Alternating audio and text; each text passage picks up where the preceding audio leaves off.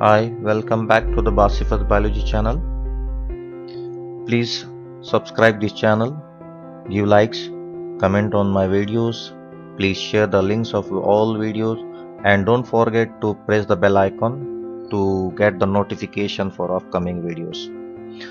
Today we'll switch a new topic, that is the digestive system of human.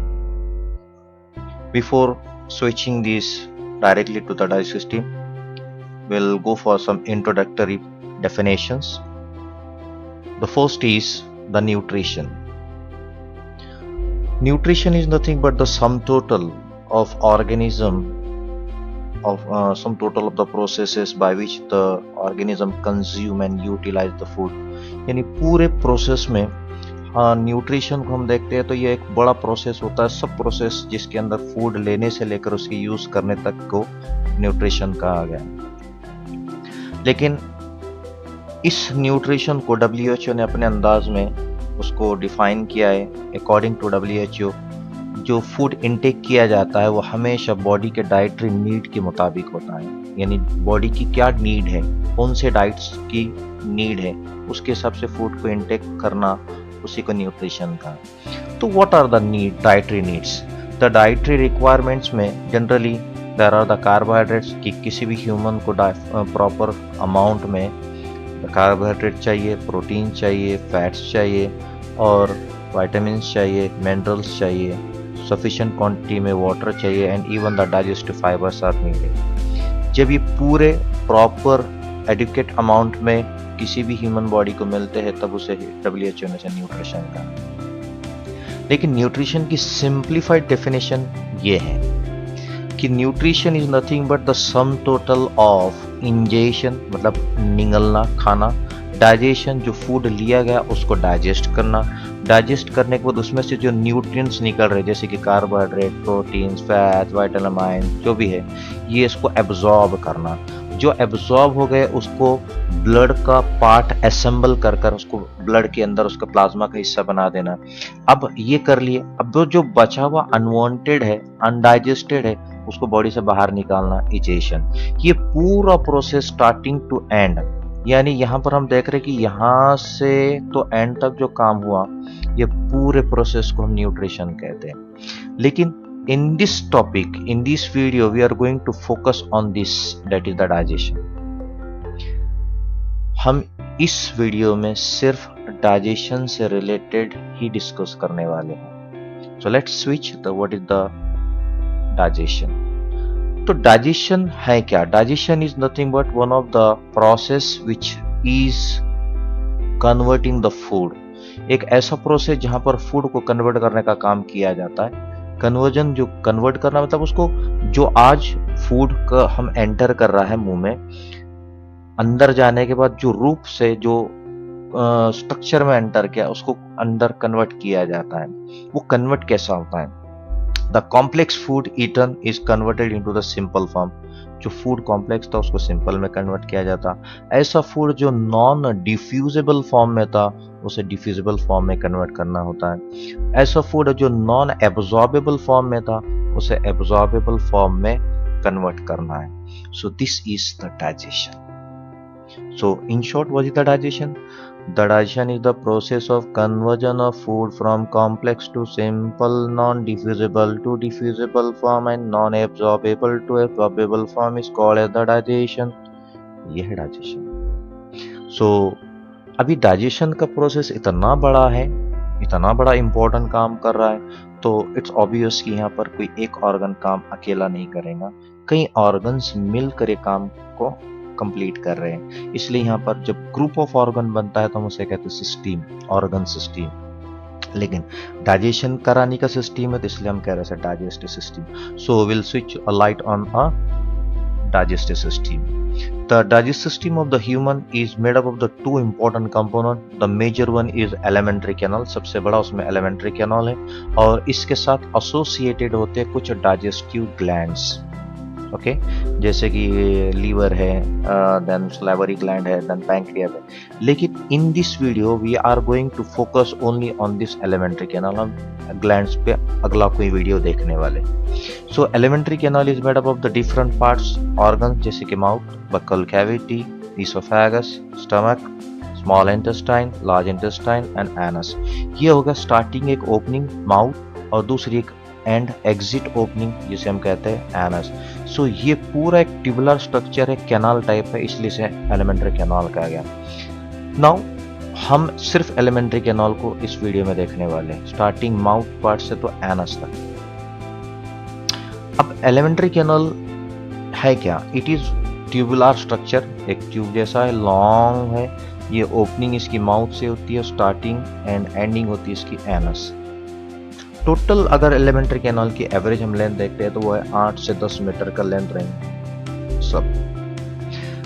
Elementary canal consist of the different organs such as, already हमने discuss किए, again we are going to list here, that is the mouth, teeth, tongue, pharynx, stomach, small intestine, large intestine and anus.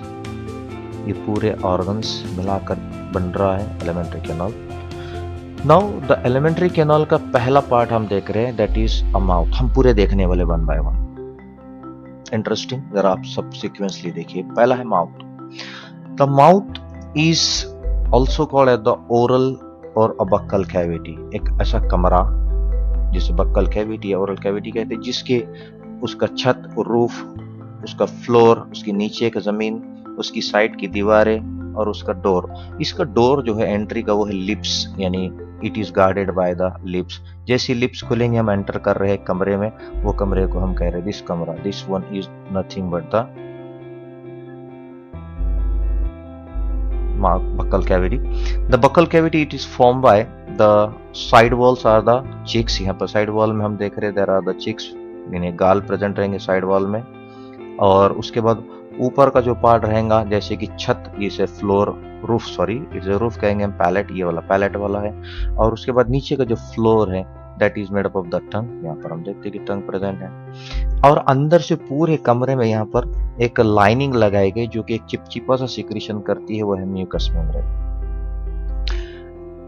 इतना ही नहीं, अंदर कुछ secretions भी release किए जाते हैं ग्लैंड से, जिस ग्लैंड को हम कहते हैं स्लाइवरी ग्लैंड। तो यहाँ पर 3 जोड़ी स्लाइवरी ग्लैंड, जो कि हमारे एक अपकमिंग वीडियोस के अंदर उसकी डिटेल देखेंगे। तो यहीं पर वो 3 जोड़ी ग्लैंड्स भी खुलते हैं बक्कल कैविटी के अंदर। अब आप देखो, बक्कल कैविटी के अंदर हमको दांत भी देखने को मिल रहे हैं और एक टंग भी देखने को मिल रही है। ओके, 2 चीजें हम इसमें डिटेल देखने वाले। So the number 1 is a teeth. There are the average in adult there are the 32 teeth. लेकिन ये 32 टीथ में 3 कैरेक्टर्स है, 3 खूबियां हैं। One is the they are thecodont, they are diphyodont, they are heterodont. Human की बात कर रहे हैं हम। Okay, we are discussing here only regarding the dentition of a human. पहला है थिकोडोंट, दूसरा डाइफायोडोंट, तीसरा हेट्रोडोंट। हम हर एक वर्ड को इंडिविजुअली देखेंगे कि व्हाट एक्चुअली द मीन्स। पहला है थिकोडोंट। अब थेकोडोंट के अंदर हम देखते हैं कि थेकोडोंट का मीनिंग है कि हर एक दांत जबड़े की हड्डी में, हड्डी का जो सॉकेट होता है, जगह होती है, उसके अंदर फिक्स कराया जाता है। और फिक्स करने के बाद एक जॉइंट बनता है, उस जॉइंट को कहते हैं कॉम्फोसिस जॉइंट। तो जस्ट हैव अ लुक, इसे हम जूम इन करेंगे। सो यहाँ आप देखेंगे कि यह है जबड़े की बोन, ओके, जॉ बोन जिसे कहते हैं, ये अपर जॉ एंड लोअर जॉ।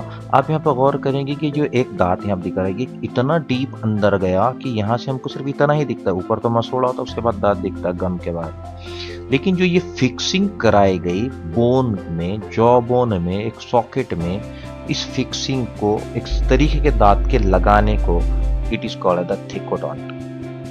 दूसरा वर्ड है डाइफायोडोंट। डाई मीन्स 2, मतलब ये है कि ह्यूमन के लाइफ फेज में इनिशियली कुछ ईयर्स में, यानी 2, 3, 4 साल, 5 साल, 7 साल के एज में, बिलो 6 to 7 ईयर्स में, उनके दांत के जो सेट होते हैं वो मिल्क टीथ जिसे हम कहते हैं, या उसे प्राइमरी टीथ कहते हैं। यहाँ फॉर एग्जांपल आपको 6 साल के बच्चे का दांत का एक डेंटिशन है। दूसरा होता है 20 साल का, जो कि एडल्ट में, जहाँ परमानेंट दांत होते हैं, यहाँ परमानेंट। तो ये दोनों दांत का हम देखते हैं कि 2 स्टेज है यहाँ दांत के। एक है प्राइमरी स्टेज है, और दूसरा है एक परमानेंट स्टेज। इसलिए क्या होना, दो स्टेज है तो इसलिए का डायफाइडोन। तो आप देखो यहाँ के दांतों का अरेंजमेंट भी देखिए, नंबर ऑफ टीथ भी इनके कम होते हैं और यहाँ पर दांतों का arrangement, shape and number is totally different at permanent stage. Okay, हम इसको आगे डिटेल देखने वाले हैं। तो ये हुआ diphyodont second meaning. The third word is heterodont. Hetero का मीनिंग होता है अलग अलग, मतलब अलग कह में there are the 4 types of the teeth. 4 अलग अलग टाइप की दांत की बनावट है शेप में। The number one is incisor. You can see how is the shape of incisor. Starting के जो दांत होते हैं उसे इंसिजर कहते हैं। उसके बाद लगकर होते हैं कैनाइन्स, जो कि काफी पॉइंटेड होते हैं, नुकीले होते हैं। Then next there are the premolar, दाढ़ जिसे हम कहते हैं उसके पहले वाले, और मोलार जिसे हम दाढ़ कहते हैं, ये 4th टाइप का। तो ऐसे 4 टाइप के दांत हमको यहाँ पर देखने को मिलेंगे, incisor, canine, premolar, molar. Okay, अगर किसी ह्यूमन का हम जॉ देखते हैं, जैसे कि ये पूरा जॉ जबड़ा है, इस जबड़े का हाफ पार्ट, एक तो ये लेफ्ट साइड का देख लो या फिर ये राइट साइड का देख लो, जो भी है, हम देखेंगे लेफ्ट साइड का। तो लेफ्ट साइड में आप क्या देखेंगे कि लेफ्ट साइड के अंदर ये इंसिजर जो होते हैं ये 1 and 2, 2 इंसिजर के दांत होते हैं। वैसे ही राइट साइड में भी 1 and 2, ओके, लेफ्ट में 1 2, वैसे ही राइट साइड में 1 2। देन हम देखते हैं कि कैनाइन्स, ये सिर्फ एक दांत होता है, यानी इधर लेफ्ट साइड में एक है और राइट साइड में भी एक है। Then premolars, they are the 2। आप देखिए यहाँ पर 4 and 5 नंबर पर प्रीमोलर है, इधर 2 है, इधर भी 2 रहेंगे। And molars, they are 3 in number, 1 2 3, ये 3 होते हैं, लेफ्ट में 3, राइट में 3। अगर हम लेफ्ट साइड का गिनेंगे तो 2, 2 + 1 3, 3 + 2 5, 5 + 3 8, यानी टोटल यहाँ पर हम देखते हैं these are the 8 in a left side and 8 on a right side. So this become the total is here 16. 8 + 8 16. Okay, this is the total of in one jaw. ये ऊपर के जबड़े में या लोअर जबड़े जॉ में 16 है। तो इसका एक फार्मूला होता है जिसे हम कहते हैं डेंटल फार्मूला। एडल्ट की बात कर रहे हैं हम, नॉट अ चाइल्ड। एडल्ट का फार्मूला देंगे। देखिए यहाँ पर हाफ जॉ है, सिर्फ complete half jaw. Half jaw में आप गौर करो कि इंसिजर्स कितने यहाँ पर, इंसिजर दे आर 2। ये 2/2 का मीनिंग क्या हुआ कि लेफ्ट साइड का हाफ में 2 है और राइट साइड के हाफ में 2 है। वैसे ही हम देखते हैं कि canine there are 1 in a left side and right side 1। वैसे प्रीमोलर हम देखते हैं they are 2 on left side of jaw, half right side of jaw 2, and premolar there are 3 in number on left side jaw, half and half right side jaw। तो इस तरीके से यहाँ अपर jaw में 8 और 8 16, नीचे के लोअर जॉ में 8 और 8 16, और ये 16 और 16 32, यानी दिस आर द 32 टीथ। तो ये इसका फार्मूला है, आपको याद रखना, इंसिजर, कैनाइन, प्रीमोलर, मोलर, मतलब 2 1 2 3। नाउ द क्वेश्चन अराइजेस, एक ये तो एडल्ट का फार्मूला। अगर बच्चा कभी छोटा है, 3 4 साल 5 साल का छोटा बच्चा है, तो उसके जो दांत है तो उसका डेंटल फार्मूला क्या होगा। जनरली एडल्ट का डेंटल फार्मूला में 32 टीथ है और उनकी sequence incisor, canine, premolar, molar है। ऐसी सीक्वेंस यहाँ नहीं होती है। Just have a look here. एक छोटे बच्चे का डेंटल फार्मूला देखते हैं तो यहाँ पर इंसिजर 2 टाइप के हैं, 4 सेंट्रल इंसिजर है, 4 लेटरल इंसिजर है, हो गया यहाँ 8। उसके बाद कैनाइन्स यहाँ पर 4 हैं, और मोलार 2 टाइप के, first molar and second molar. इनमें प्रीमोलार नहीं है दांत, इसलिए यहाँ पर ये फर्स्ट वाले 4 है, सेकेंड वाले 4 है। तो अगर हम काउंट करते हैं यहाँ तो टोटल जो दांत है, टोटल टीथ जो है 4 1 2 3 5, 4 5 20। So in all there are the 20 teeth and these are called temporary teeth। ये झड़ जाते हैं, गिर जाते हैं, फिर परमानेंट 32 टीथ का फॉर्मेशन किया जाता है। Then, सिंगल दांत, एक टूथ की हम एनाटॉमी को स्टडी करेंगे कि एक जो दांत होता है, जनरली यानी 32 दांत की बनावट ऑलमोस्ट ऐसी ही, शेप बदलता जाएगा, सबका डिजाइन एक ही है। तो they are having the 2 important parts, one is called as the crown and second is called as the root। One by one हम देखेंगे what is the crown. The crown is nothing but the portion which is projected above the gums, यानी जो मसूड़े से ऊपर। Just have a look, यहाँ पर ये है गम वाला पार्ट, ये जो आपको दिख रहा है this one, this is the gum. मसूड़ों के ऊपर जो हमको सफेद रंग का पार्ट जो दिखता है, वो जो दांत का हिस्सा दिखता है वो क्राउन कहलाता है। और वो जो हिस्सा दांत का नहीं दिखता और मसूड़ों के अंदर 2 या 3 प्रोजेक्शन से फिक्स कराया जाता, एम्बेड कराया जाता मसूड़े में, यानी यहां से लेके इसके नीचे का पूरा हिस्सा, ये होता है उसका रूट। अब हम देखेंगे कि इन दोनों को कनेक्ट कराने वाला एक छोटा सा पार्ट है जो कि काफी क्लियरली हम देख नहीं पाते, तो ये होता है द नेक रीजन, जो कनेक्ट कराता है रूट, क्राउन एंड रूट को। नाउ द क्राउन की हम बात करते हैं। Generally the crown is having the presence of the hardest substance. Generally वैसा तो पूरा दांत के रूट में भी है, लेकिन क्राउन में क्लियरली हमको दिखता है, वो पार्ट को कहते हैं animal. So what is the animal? Animal जो हमको एक्चुअल दांत का कलर दिखता है, जिसे हम कहते हैं कि व्हाइट दांत है, वो हार्डेस्ट सब्सटेंस होता है। ह्यूमन बॉडी में अगर कोई सबसे ज्यादा हार्ड चीज केमिकल से बनी है तो वो है एनिमल। बोन से भी ज्यादा हार्ड एनिमल होता है। एनिमल हार्ड क्यों है? इसकी वजह ये होती है कि उसके अंदर जो डिपोजिशन किया गया है वो कैल्शियम फॉस्फेट का है और दूसरा है कैल्शियम कार्बोनेट का। इन दोनों केमिकल के डिपोजिशन की वजह से ये काफी मजबूत बनता है। दूसरा मटेरियल जो दांत में एक सिंगल टूथ में यूज किया जाता है वो होता है सेकेंड डेंटाइन। ये डेंटाइन एक कनेक्टिव टिश्यू है जिसका मेन काम है डेफिनेट शेप देने का। दांत के अक्सर हम हर एक के शेप अलग अलग देखते हैं, किसी के फ्लैट होते हैं, किसके पॉइंटिंग होते हैं। अब इंसिजर का शेप देखिए, केनाइन का देखिए, प्रीमोलार का देखिए, मोलार का देखिए, ये सारे शेप इस डेंटाइन की वजह से किया जाता। तो actually what is the dentine? Dentine is a connective tissue, लेकिन it is a calcified connective tissue. यानी कनेक्टिव टिश्यू का जो मैट्रिक्स होता है, हमारा प्रीवियस वीडियो आप देखिए यहाँ पर स्टडी ऑफ ह्यूमन टिश्यूज के अंदर हमने कनेक्टिव टिश्यू को पढ़ा हुआ है। उस कनेक्टिव टिश्यू में का जो मैट्रिक्स है जिसमें कैल्शियम ज्यादा डिपॉजिट है या कैल्शियम कंटेंट ज्यादा है, उसे हम कैल्सिफाइड कनेक्टिव टिश्यू कहते हैं। तो ये कैल्सिफाइड कनेक्टिव टिश्यू बना हुआ है। डेंटाइन का काम होता है to cover, to enclose the cavity, that cavity called as the pulp cavity. जैसे कि अभी आप देख सकते हैं, this is the cavity, purple colour का जो स्ट्रक्चर आपको दिख रहा है यहाँ पर, दिस वन, ये वाला, this is called as the pulp cavity. Okay, so that's why this is called as the pulp cavity. तो ये पल्प कैविटी को कवर करने वाला रीजन है डेंटाइन। ये पल्प कैविटी के अंदर काफी ब्लड वेसल्स होते हैं और नर्व एंडिंग्स होते हैं। जस्ट लुक हियर, ये आपको दिख रहे हैं यहाँ पर red and somewhat blue shade के जो, तो ये है ब्लड के vessels, arteries and veins plus capillaries, and they are having the yellow shade के कुछ दिख रहे हैं जिनका कनेक्शन जाके नर्व सिस्टम से लगाया जा रहा है, are the nerve endings. So that's why the nerves and blood vessels are present in a pulp cavity. यही पल्प कैविटी ऊपर की तरफ मेन है, देखिए ये रीजन पल्प कैविटी का मेन रीजन है। इस रीजन से ये कुछ जगह पे एक्सटेंड हुआ नीचे की तरफ, ये गया बढ़ गया, एक्सटेंड हुआ।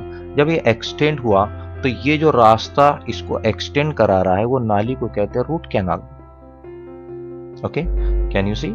जस्ट विल जूम इन, ये देखिए ये रूट कैनाल है। अभी रूट कैनाल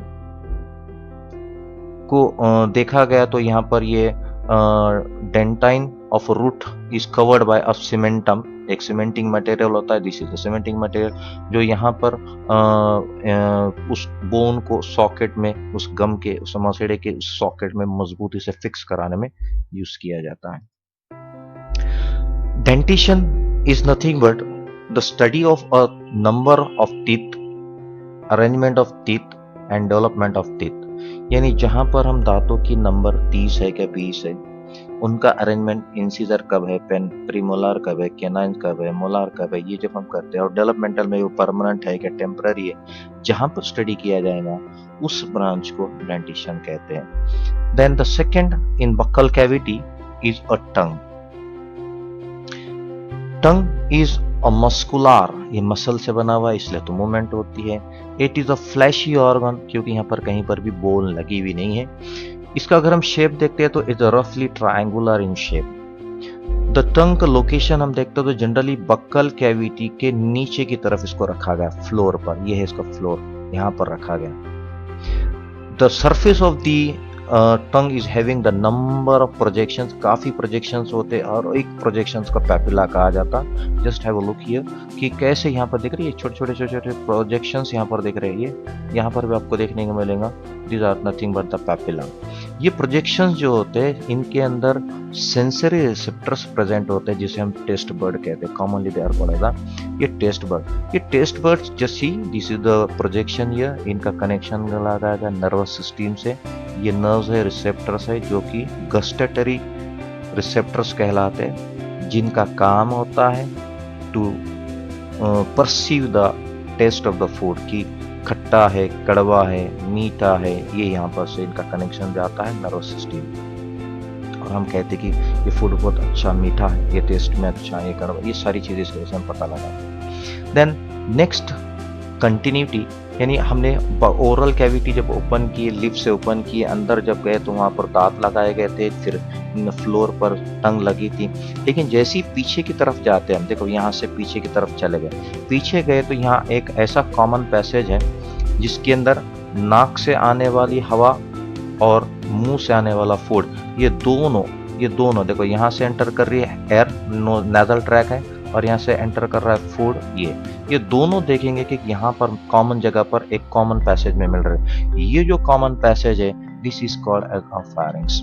तो फेरिंग्स का अपर रीजन यानी ये वाला, अब देखो यहाँ पर ये अपर रीजन ये है दिस वन, और ये पीछे का लोअर रीजन है। तो upper region it is called as a trachea, यहाँ पर इसे हम कहते हैं ट्रैकिया कहते हैं, जिसे कॉमनली विंड पाइप भी कहा जाता है। देन ये विंड जो पाइप जो होता है इसकी एक ओपनिंग होती है, that opening it is called as the glottis. Just see here this is a opening, ये यहाँ पर आपको जरा आपको देखना पड़ेगा, जूम करते हम, this is the opening, just this is called as the glottis.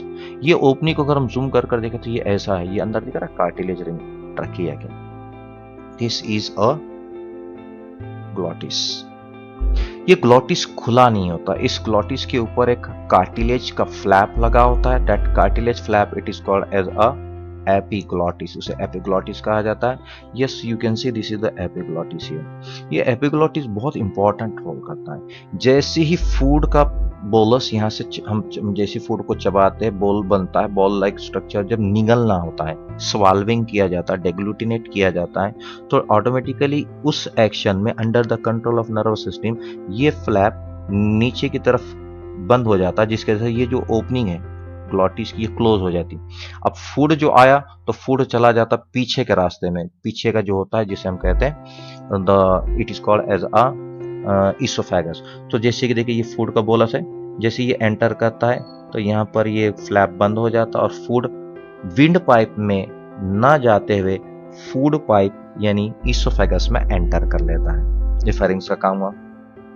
अब फेरिंग्स का ये जो सामने का पार्ट उसे ट्रैक किया गया, फेरिंग्स का जो पीछे का रीजन है जिसे हम ओरोफेरिंग्स कह रहे हैं, दिस वन इज ओरोफेरिंग।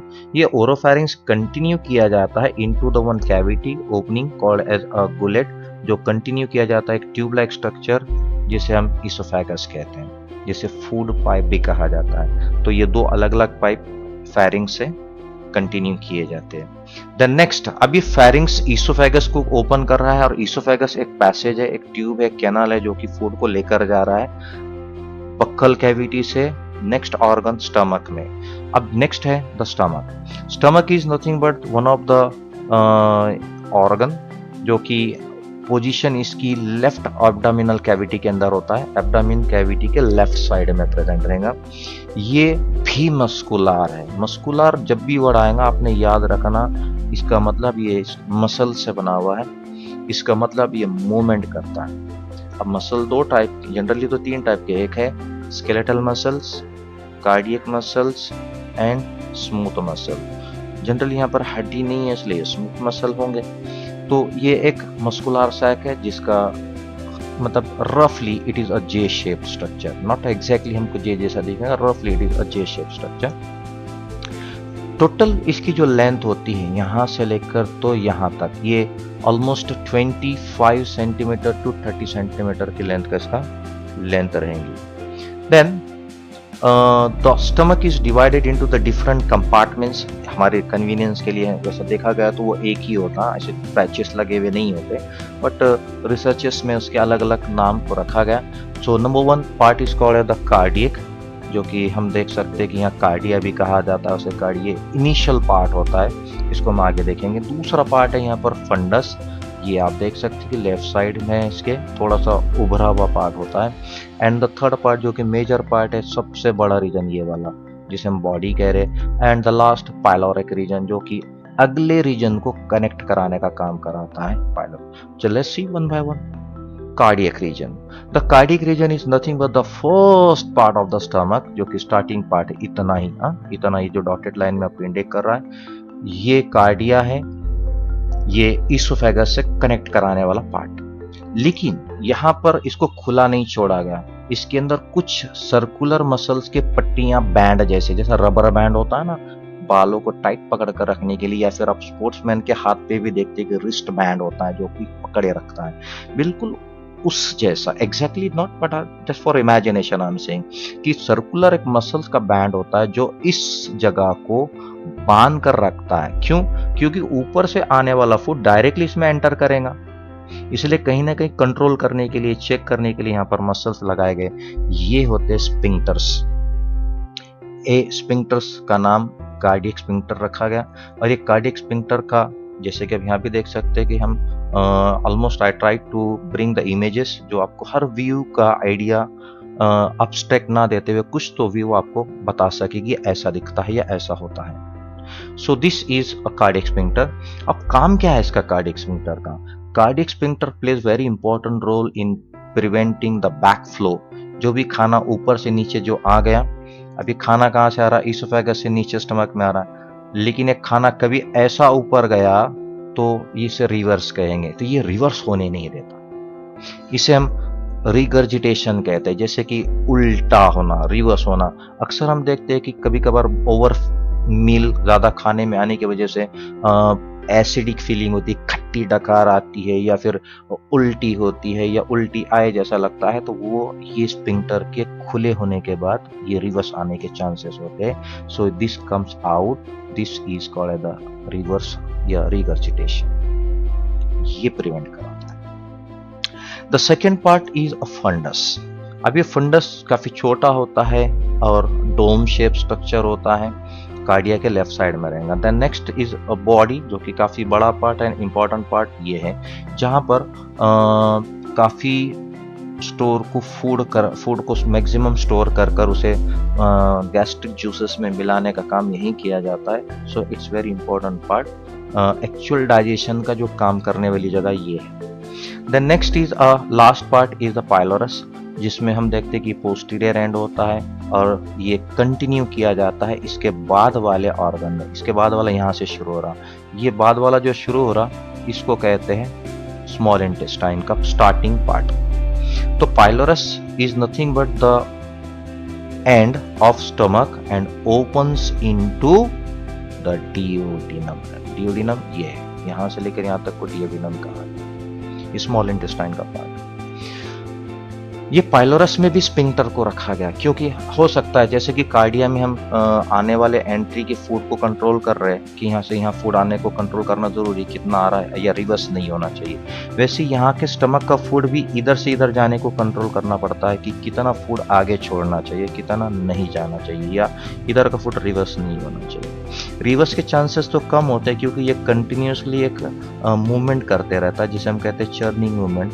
तो ये प्रेस करते रहता है फूड को, तो इसलिए यहाँ चांसेस एक तो फूड के रिवर्स इधर जाने के हैं या फिर बच इधर आगे जाने के हैं। तो दैट्स व्हाई यहाँ रिवर्स होने का चांस नहीं है, इसलिए वन साइड में जाएगा तो इसको कंट्रोल करता है। It regulate the supply of the food या flow of the food to the small intestine. Stomach एक टेम्पररी स्टोर हाउस है, टेम्पररी क्योंकि यहाँ पर उसको आगे भेजा जा रहा है, कुछ वक्त का रखा जाता है, और यही वो जगह है जहाँ पर it give the feeling of satiety, मतलब सेटिस्फेक्शन कि हाँ पेट भरा, हम पेट भर कर खाना खाए, जो फीलिंग होती है ना कि हाँ भूख नहीं लगी है, सो दैट्स वाई यही वो जगह है। देन पेट के अंदर कंटिन्यूसली आप खुद अपना अपना चेक कर सकते कि आप सोते रहो, बैठते रहो, एग्जाम हॉल में रहो या मूवी देख रहे हो, आपका पेट हिलते रहता, मूव करते रहता है। वो movement is nothing but the churning movement. वो मूवमेंट इसलिए होती है कि जो पेट में सिक्रीशंस निकलते हैं पेट के अंदर के, जिसे हम गैस्ट्रिक जूसेस कहते हैं, अलग अलग एंजाइम्स होते हैं, हाइड्रोक्लोरिक एसिड होता है। हम आने वाला एक वीडियो है जिसके अंदर फिजियोलॉजी ऑफ डाइजेशन में देखने वाले कि कैसा डाइजेशन एक्चुअल होता है, वहां पर एक गैस्ट्रिक जूसेस का आपको फिर से सुनने को मिलेगा। तो ये उन जूसेस को और उस आए हुए फूड को मिलाने के लिए मूवमेंट कराई जाती है।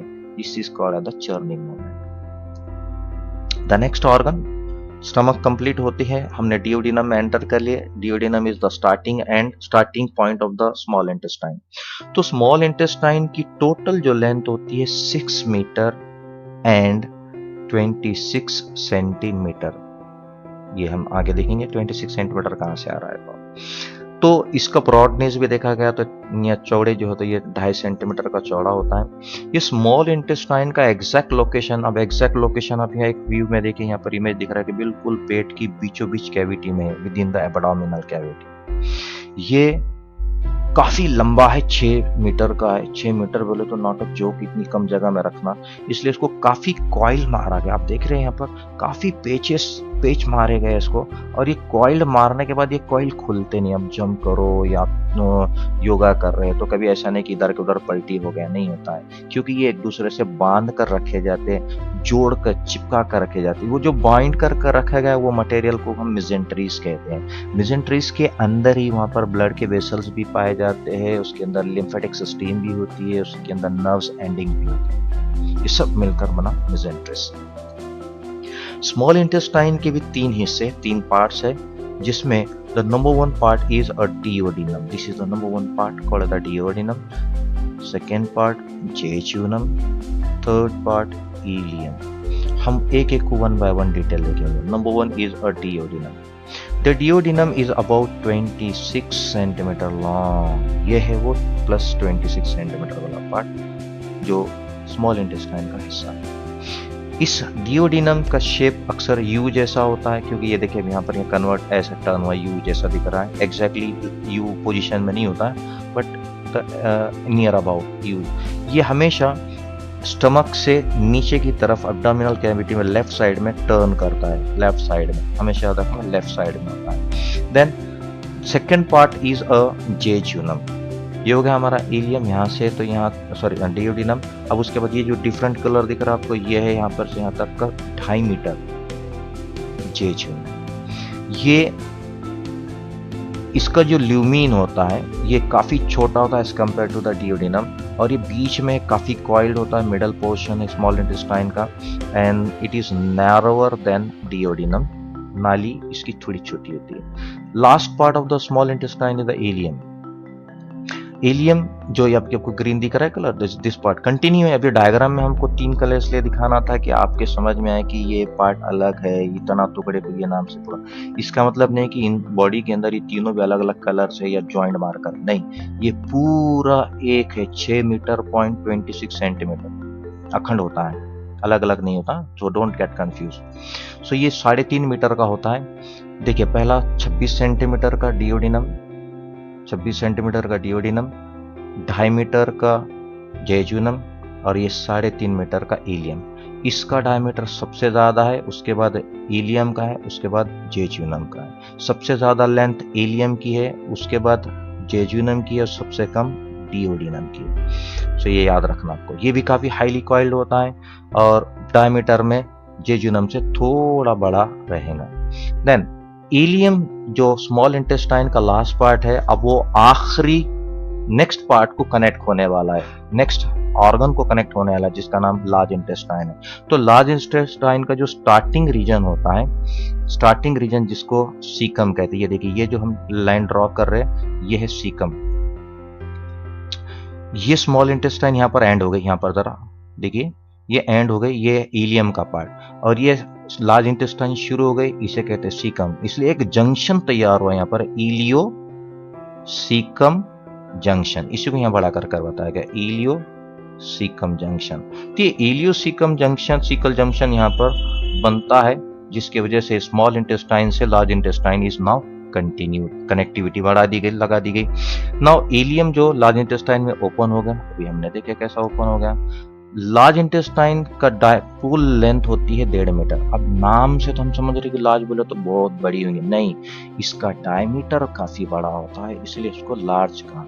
लेंथ में स्मॉल इंटेस्टाइन से काफी छोटी होती है, that's why it is called as the large intestine. It is wider in diameter and shorter than small intestine in length. Large intestine is also made up of the different parts, इसमें अलग अलग parts हमको देखने को मिलेंगे, जिसमें से number 1 is this one, green colour जैसा शेड जो दिख रहा है, this is called the caecum. उसके बाद आप देखते हैं कि almost somewhat grey shade, grey greyish colour, this one, ये जो लाइन जो ड्रॉ कर रहे हैं यहाँ से तो यहाँ तक का, ये है कोलॉन कहा जाता है। एंड पर्पल शेड जो यहाँ से दिख रहा है आपको यहाँ तक का, ये है rectum. So number 1 is a caecum, number 2 colon, number 3 rectum. ये 3 पार्ट हम 1 बाय 1 देखेंगे। So number 1 is a caecum.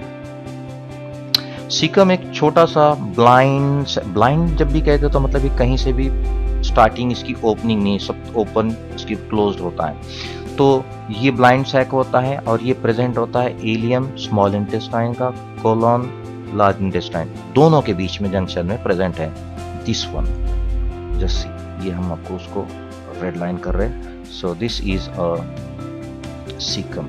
यहाँ पे देखेंगे ये स्टार्टिंग पार्ट है, इसी को हमने जूम कर कर यहाँ बताया, दिस इज द सीकम। तो सीकम का लेंथ होती है ऑलमोस्ट 6 सेंटीमीटर, यहाँ से लेकर यहाँ तक 6 सेंटीमीटर का रहेगा।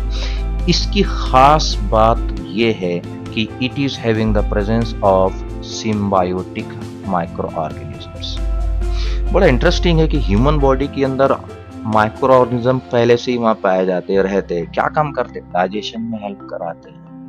आपने कहीं देखे होंगे कि प्रोबायोटिक बैक्टीरिया, लैक्टोसिलस बैक्टीरिया, ये सब बैक्टीरिया किसी का अगर डाइजेशन ठीक ना हो तो वो दिया जाता है। और यानी नेचुरली ये बैक्टीरिया, माइक्रो ऑर्गेनिजम्स उस जगह पर सीकम में होते हैं जो डाइजेशन में काम कराते हैं। सिम्बायोटिक मतलब वो वहां रहते हैं, कुछ काम करते हैं और साथ ही साथ जिस जगह रह रहे हैं उसको भी फायदा पहुंचाते हैं। तो रहने को जगह लेते हैं और साथ में काम करते हैं। That's why it is symbiotic association. इसी सीकम के ऊपर एक छोटा सा वर्म, यानी जैसे अर्थवर्म जैसा या कुछ वर्म जैसा कुछ स्ट्रक्चर होता है। This structure it is called as a vermiform appendix. ये है वो appendix. Generally this appendix is vestigial in human body. Human body के अंदर ये वेस्टिजियल ऑर्गन है, लेकिन कुछ एनिमल्स जैसे कि हार्बीवोर एनिमल्स में ये फंक्शनल होता है। अच्छा, what is vestigial? Vestigial organ कहते हैं उस ऑर्गन को जो पूरी तरह से बना लेकिन फंक्शनल लेस है, कुछ काम का नहीं है तो सही लेकिन फंक्शन लेस, उस ऑर्गन को वेस्टिजियल ऑर्गन कहते हैं। लेकिन ये एनिमल में फंक्शन लेस नहीं है, फंक्शन करता है, काम करता है। It helps them to digest the cellulose. क्यों? क्योंकि ये animals green parts of the plant खाते हैं। ग्रीन पार्ट मीन्स प्लांट की जो सेल वॉल है वो इस केमिकल से बनी होती है जिसका नाम है सेलुलोज। और ये सेलुलोज स्ट्रक्चरल प्रोटीन है, इसको डाइजेस्ट करने के लिए एक एंजाइम की जरूरत होती है जिसका नाम है सेलुलेज। और वो सेलुलेज सिक्रीट करने वाले सेल्स यहाँ होते हैं। यानी ह्यूमन में इसकी जरूरत नहीं है, सेलुलोज को डाइजेस्ट कराने की जरूरत नहीं है, इसलिए ये फंक्शनलेस है। बट हार्बीवोर एनिमल में ये वो काम करता है, सेलुलोज को डाइजेस्ट कराने के लिए सेलुलेज एंजाइम को सिक्रीट करता है, इसलिए it is functional. Then the second part of the large intestine is the colon. Colon काफी सबसे बड़ा पार्ट होता है, यहाँ से शुरू हो रहा है। देखिए इसके 3 पार्ट है, ये ऊपर जा रहा है, इसे कहते हैं असेंडिंग कोलोन, जैसे कि आप यहाँ देख सकते हैं इसका नाम असेंडिंग कोलोन है। और दूसरा जो आड़ा है ट्रांसवर्स है, इसको हम कहते हैं ट्रांसवर्स कोलोन। और तीसरा जिसे आप देखते हैं कि वो नीचे की तरफ डिसेंड कर रहा है, उसे कहते हैं descending colon. This is the descending colon. ये 3 पार्ट्स में बना हुआ है। Okay, the colon is having ascending colon, transverse colon and descending colon. So colon internally जो कोलन होता है सबसे बड़ा पार्ट है लार्ज इंटेस्टाइन का, जिसके अंदर हम देखते हैं कि कुछ सेल्स की लाइनिंग लगाई गई। जिन सेल्स की लाइनिंग को हम देखते हैं, अगर इसको जूम कर हम देखते हैं तो it is made up of the some secretory cell, जो कि कुछ केमिकल को सिक्रीट करते हैं, स्पेशली द म्यूकस। ये है वो सेल्स पूरे लाइनिंग में। जैसे कि हम बड़ा कर देखते हैं तो यहाँ पर देख रहे हैं कई सेल्स लगाए गए। ये सब के सब सेल्स ऐसे हैं जो कि सिक्रीट करते हैं, जिन्हें हम कहते हैं म्यूकस, चिपचिपा सा मटेरियल सिक्रीट करते हैं, इसलिए they are having the secretion of mucus. Large intestine का जो आखिरी एंड होता है, थर्ड पार्ट, जिसे हम कहते हैं rectum. The rectum is the last part. Just have a look, this is the rectum here, ये वाला, this is the rectum, this is the rectum, this is the rectum, ये होगा। इसके बाद rectum. So what is the rectum? Rectum is nothing but the temporary store house of the undigested waste. जो food में से nutrients निकाल दिए गए डाइजेशन के प्रोसेस में, अब बचा कुछ नहीं, वो कचरा अनडाइजेस्टेड फूड कहते हैं, जिसे फीकल मैटर या फेसेस कहा जाता है, उसको टेम्पररी रखा जाता है यहाँ रेक्टम में, तब तक जब तक कि उसको एनस से बाहर फेंका नहीं जाता। ये लार्ज इंटेस्टाइन का रेक्टम की वो ओपनिंग, जिसे हम एनस कहते हैं, वो एनस से फूड, अनडाइजेस्टेड फूड को बाहर रिलीज करता है। ये टर्मिनल ओपनिंग होती है इस इंटेस्टाइन की, ये एलिमेंट्री कैनाल का ये लास्ट ओपनिंग है, जिसे हम एनस कहते हैं।